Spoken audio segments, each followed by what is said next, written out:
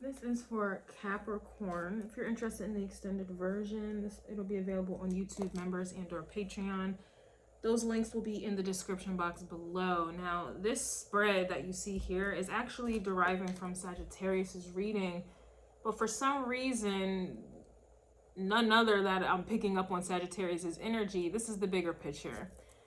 This is the end all, this is the be all, and it was almost like energetically I'm feeling like I don't want to ruin it with details. And with the Knight of Cups coming out, this is kind of like one's ultimate dream. You know, you'll hear other people say ultimate fulfillment, whatever, but to me, this is kind of more of a dreamy like energy.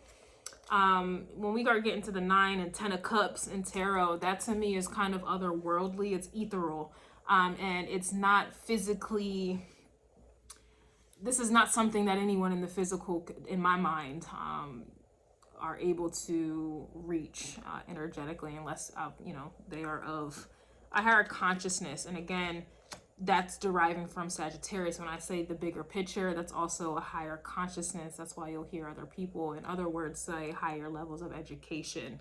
But in the spiritual realm, higher levels of education means higher levels of consciousness, and so forth and so on. Anywho, I didn't want to do an extended for Sagittarius's reading because it just felt like this is the bigger picture. And the title of that reading was, you know, a person will change for the one that they truly want, and it appears to be you. I mentioned other signs if you're new here because this is just how I read and pick up on energy. I believe that all energy flows into the next one, which then influences that energy and the next and the next and so forth. So my readings tell a story starting from Aries all the way down to Pisces. They are all interconnected, just like we are here in this ghetto-ass world. And so with that being said, Capricorn, you are the one where, you know, relationships become solidified, established. This is where, you know, a legacy is born, is built rather. And in this context, this is, you know, you represent long-term relationships. Wherever Saturn is placed, if you are dealing with synastry or composite charts and astrology, you want to, it's very important to see Saturn, your ruling planet, in the mix, because that will confirm a long-term relationship. Okay, so with that being said, Sagittarius energy was more of like a dream. The energy was more of, you know, you're only willing to change for the one that you truly want. And I was picking up on someone has chosen you or vice versa, or, you know, this is mutual. And then here we are in your energy where it is now becoming established and solidified for the long haul.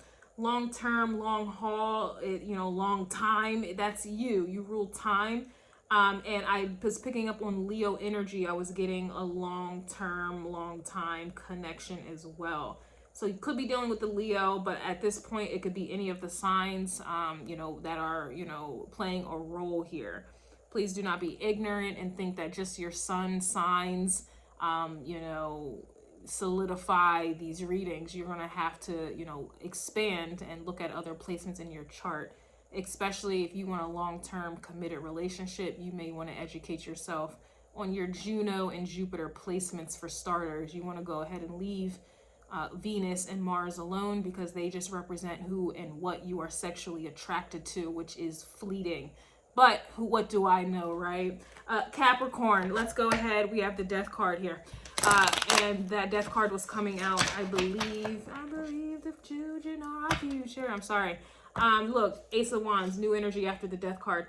The death card was coming out in Aries reading, which is interesting because I look at the Ace of Wands as Aries. And I believe the death card was coming out in either Sagittarius and or Scorpio or both. Okay, so we have fresh energy, fresh, you know, beginnings. Okay, and Aries reading was titled Starting Over in the Right Way. All right, and then we have the Six of Pentacles. So this is an equal give and take vibe here. This to me is cooperation. You know, what you give, you know, somebody takes and vice versa, but it's kind of like a new beginning for two people. The Lovers card was coming out in Sagittarius' energy as well. And so I think it's safe to say, you know, this is what's happening. This is the new beginning for you. And the other person. All right, I'm not going to go as far as to say new love's coming in, but it could be. Yeah, High Priestess energy. Very interesting. Betty, interesting. that to me is giving being spiritually guided. But that is also Jupiter, because Jupiter rules Sagittarius and Pisces is ruled by Neptune. And Neptune was, for me, the Nine of Cups is more Neptunian, and that Nine of Cups was coming out in Sagittarius's reading, where I was getting a person is going to change and you are the one. So there's that. That also can be talking about a spiritual connection as well, which I was picking up in Leo's reading. A lot of things have been picked up. We have the Emperor coming out in the reverse, so you're not in control. This could be a surrendering of one's control. We have the Ten of Wands here. It's been a long time coming. That's what Saturn energy will do to you. But this is your energy, so I think you thrive. Okay, but this has been a long time coming with the Ten of Wands here. The Emperor can very well be, especially in the reverse, this could definitely be someone who is, you know, very arrogant and pompous. You know, someone who abuses their power. Someone who thinks that they are above all, very arrogant. I suppose the energy would be like a negative Sagittarius energy that we just got done doing. This could even be, you know, reality for you here, like where you're at currently, especially in regards to relationships or this person. You know, I was getting in Libra's reading, kind of picking up where one left off. And, you know, to me, when that happens, obviously there was a separation. Many reasons for a separation. But what I'm picking up in here right now is that your lesson, some of you may have Saturn in Aries, Saturn in Sagittarius, Saturn in Leo, or in those houses. You may have Saturn in the 1st, the 10th. No, Saturn in the 1st, the 5th, or the 9th house. It's possible. But the lesson that you have learned, I believe, it's kind of like Saturn was trying to beat whatever this Emperor energy was up out of you. And it's interesting because I believe the Emperor was coming up in Scorpio's reading, and I was getting a very indifferent vibe. It was like, let me tell the story. It was almost like a man or a woman, you're a man or a woman, was very indifferent to you. Because you are used to men and or women, you know, being all up on you, you know, pressing you, just being on your dick, okay? In simple terms, whether you're a man or a woman, you're used to some type of behavior, you're used to some type of treatment, and your person, okay, that I feel like you are destined to be with or fated to be with, whatever, they were the complete opposite. I was getting strong Aquarius energy in there. And it was like they were indifferent. They were not responding or acting the way in which you were used to. In fact, if I go back to Virgo's reading, they're not even your usual type. And it became your type because it wasn't your usual type. So I say all that to say, with Saturn, your ruling planet, you know, Capricorn, with all of this, you kind of starting where you left off, picking back up. There was a separation. There had to have been lessons that were learned in that separation time period. Again, there's some of you may have Saturn in Aries, Leo, and or Sag, or in those houses, corresponding houses, and you had to learn those harsh ass lessons in regards to them. With the aftermath here, it looks like obviously it's been a long journey. It's been a long and arduous road. And it feels like we have the Hermit here, which is Virgo as well. This has been a long road. You know, this has been a long battle, forcing you to go within. With this Hermit energy, you know, forcing you to, what did Virgo have? Yeah, not your usual type, but now it is. Something you had this ego energy, because the Emperor, the Sun exalts Aries energy. So, you know, everyone says that they're, you know, Leo's very egotistical, but that's also because they have Aries energy up in there as well. So, and again, Aries was starting over, but doing so the right way. So it's like you had to start over. It's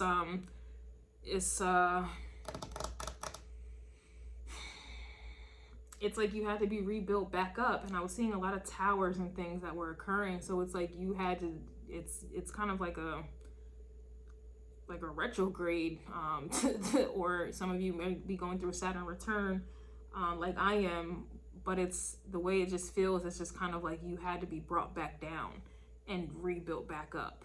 You had to, you'd be broken in a sense, and you had to be, you know, had to go through the process of being rehealed or just being healed again. So this is kind of what I'm getting for you here.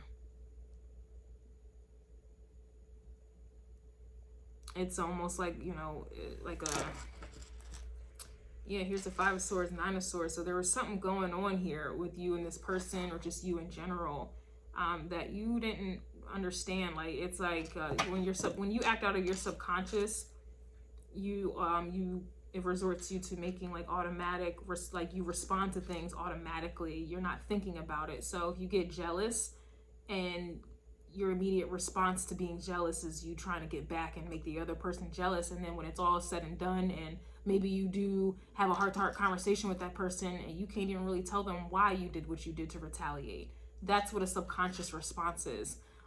You know, it's one of them vibes where you look back and you're like, damn, why did I act like that? Or why did I treat them that way? Or, you know, what was I thinking? You know, that's, what were you thinking? You weren't thinking anything at all, because you were responding from a subconscious behavior that needed to be corrected.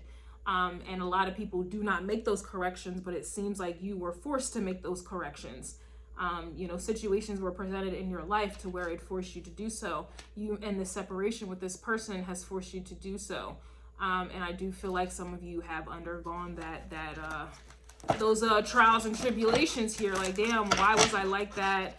You know, why was, you know, I don't know, Shanae more important, you know, than, you know, whatever, or why was Donald, or I don't know, why was Jimmy more important than, you know, my person, or why did my friends at the time, you know, why did they come at a higher, why was their importance higher than this person, like your person, right? Like, why did I choose this? Like, why did I make those decisions? This is essentially what was going on here. Yeah, I see the Fool card at the bottom. Aries energy, so starting over the right way, as I've mentioned. The Fool, like, the Fool is Aries, the Emperor is Aries, but the Emperor talks about the mature version of the Fool. We all start off as fools. Some people are still fucking fools. But then they're a fool and think that they got some power, so now they're the Emperor reverse, even if they're older. Like, this would be someone who is literally older, but still a fucking fool, excuse me. So the fact that the Emperor card is reversed and here's the Fool, that's basically what this is. This is like someone who is older, but they still act childish, they still act dumb. They still, you know, make stupid decisions, and they react out of a subconscious, they have subconscious responses to things that are not beneficial in any way, shape, or form to them or the people surrounding them. This is what this is, and it makes life harder. It makes life fucking harder. It's like a vibe where, you know, you have bills to pay, you have responsibilities, but instead you're stressed out, you're unhappy. Instead of spending the money on your responsibilities, you go out and party, buy cars and clothes and hoes that you don't even need, you know, to cope with some type of subconscious energy that you're not addressing. That's what that is. You know, period. We all have them, you know, but some people are aware of them. For example, not to, you know, make anyone feel bad, my automatic subconscious response to stress or like sadness or whatever it is me eating. It's automatic. I don't even think this is something that is automatic. But I'm fully aware of it, and so being aware of it allows me to go within. It allows me to go within and allows me to address it and to correct it, so that it doesn't happen again. And if it does happen again, it's not as bad or severe or whatever it is. It's a never-ending battle. That's what that is. Some people, like I said, it's automatic, so they just think that's just who I am and I'm never going to change. Yeah, and then here we have the Ten of Cups. And then here we have the King of Swords, which, whose reading had Judge Judy coming out? It was either Scorpio or Sagittarius. Queen of Swords is coming out. That's Judge Judy. So here we are. After this long, arduous journey, here we are. Here we are. You have wisened up. You have matured.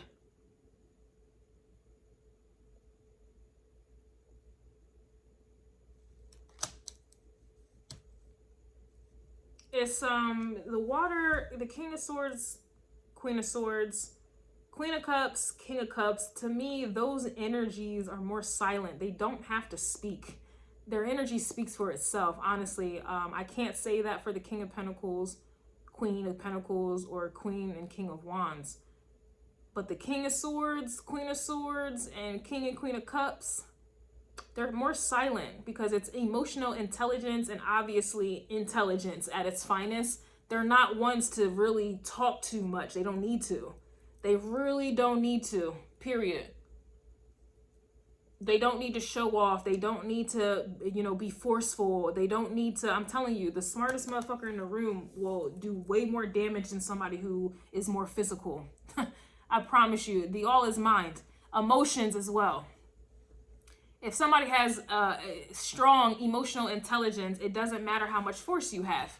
It doesn't matter how strong of an army you have. If somebody can mastermind, trap you up, and play on your emotions and control your emotions or your mind, it does not matter how much money, King or Queen of Pentacles, and it does not matter how strong they are, King and or Queen of Wands. It doesn't matter.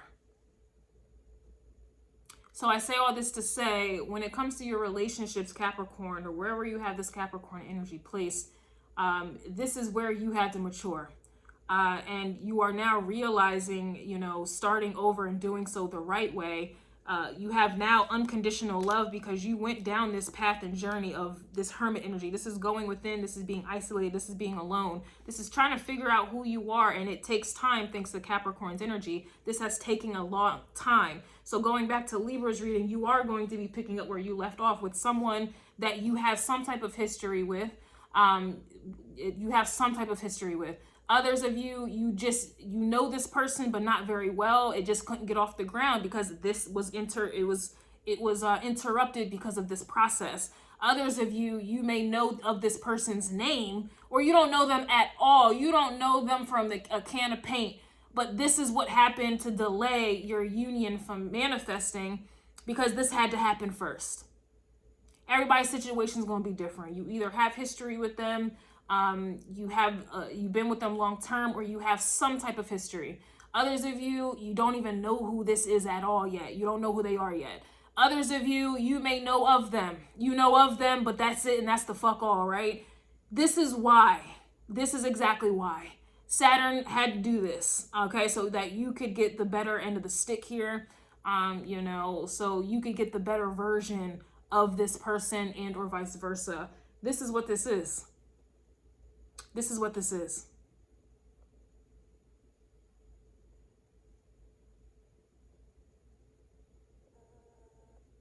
Any questions?